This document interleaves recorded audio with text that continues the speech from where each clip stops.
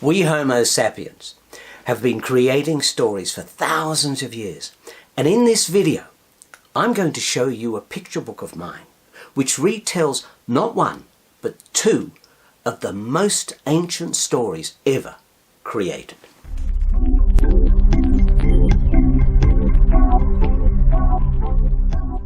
Hello, I'm John Heffernan. Welcome to my YouTube channel. In this session, and one to follow, I'm going to retell two main stories from an ancient saga known as the Epic of Gilgamesh.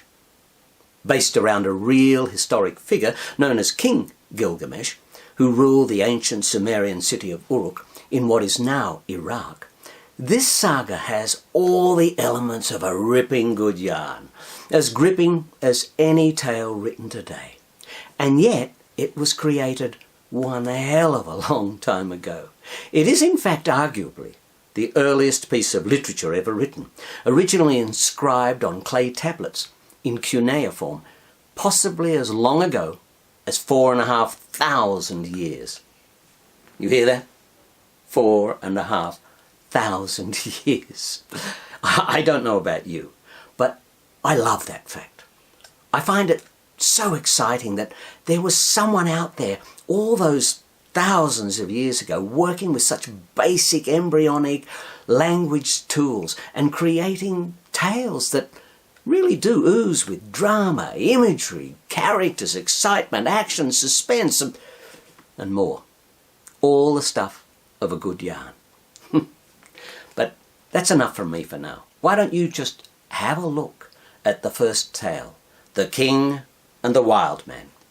And when you do, make sure you have a good look at Kate Durack's exquisite illustrations and how she so effectively captures the essence of ancient Mesopotamia in this book. And if you like what you see, have a peep at the second story in a separate session. Brothers Battle the Beast. Yeehaw! Two tales of brothers from ancient Mesopotamia, retold by John Heffernan, illustrated by Kate Durack. The King and the Wild Man. Long ago, in the swirling mists of time, there lived a mighty king by the name of Gilgamesh.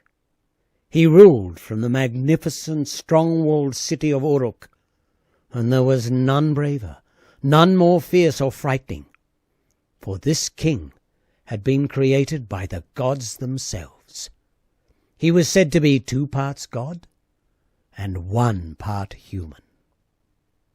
At first the people of Uruk thanked the gods for their king, and bowed low as he rode by in his chariot of gold. But all that power made Gilgamesh a monster. He became unspeakably cruel, treating his people as slaves. Their whole world was turned upside down.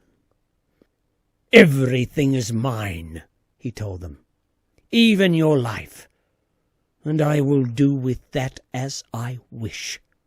It was then that the people of Uruk cried out to their gods, "Rid us of this king before he destroys us all." The gods heard their cries and decided to teach Gilgamesh a lesson he would never forget. "We will create another as fierce as him," they decided, "but different. One who shines as bright as him," the sun god said, "but with a different light." "One of equal power," the storm god thundered, "but of a kind the king will not understand." And so the goddess Araru took a pinch of clay, whispered life into it, and created a man-god to rival Gilgamesh. They called him Enkidu. Although equal to Gilgamesh in power, strength and courage, Enkidu was completely different in other ways. His skin was not smooth and perfumed with oils, but rough and covered in fur. His hair was tangled and matted, not neatly groomed like the king's. And he lived under the stars, grazing with animals, drinking at waterholes, and wandering the wilderness. He was the wildest of wild men. News of Enkidu spread, soon reaching the city of Uruk. "My equal! Impossible!" Gilgamesh roared with laughter. "Bring this wild man to me," he ordered, sending out his army. But Enkidu was too wily for the king's soldiers, easily hiding from them among the wild animals. And even when they did track him down, he was too strong for them. So Gilgamesh thought again. Very well. If I cannot force this Enkidu to attend me, I will trick him into it. And so a beautiful woman called Shamhat was sent into the wilderness. Enkidu was soon smitten by her beauty. For 7 days and nights she worked on his wildness, softening it until he was no longer the same man. After she had finished, the animals fled from Enkidu when he moved among them. This worried the wild man. "What am I to do?" he asked. "Where am I to live now that I'm no longer welcome in the wild?" Shamhat smiled and stroked him gently. "Come with me to the strong-walled Uruk." Enkidu agreed, and they set off at once. Meanwhile, Gilgamesh had a dream that troubled him deeply. He dreamt that a bright star, almost too brilliant to look at, had fallen from the heavens, landing outside the city walls. He tried to lift the star, but it was too heavy, and yet he was unable to leave it alone, drawn to it with a strange attraction. "What does it mean?" he asked, but neither wise men nor priests could tell him. In the end, it was his mother, Ninsun, who explained the dream. "The star is your brother," she said, "one who has been born from the heavens like you, made of the gods, one who shines as brightly as you. He will be your companion and never let you down. Together you will fight against evil." "But where is this brother?" the king asked. "What will he look like? How will I know him?" The king's mother simply smiled. "You will know when the time comes. The gods will make it so." Next morning, Gilgamesh was woken by trumpets and drums. The streets of Uruk were packed with people laughing and cheering. "The wild man is here at last," they shouted. "He will rid us of this cruel king." Gilgamesh saw the giant figure of Enkidu striding up the tree-lined avenue towards him. At once the king leapt from the palace ramparts and landed in the wild man's path. "Bow down before me," he bellowed. "I am your overlord." Enkidu narrowed his eyes and sneered. "Out of my way," he hissed. "No one is my overlord." That day the city of Uruk shook and trembled as if gripped by an earthquake.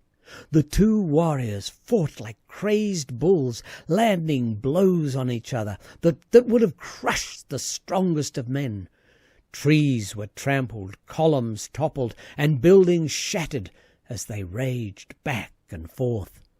The people of Uruk screamed and scrambled out of the way, hiding wherever they could, their hearts filled with fear.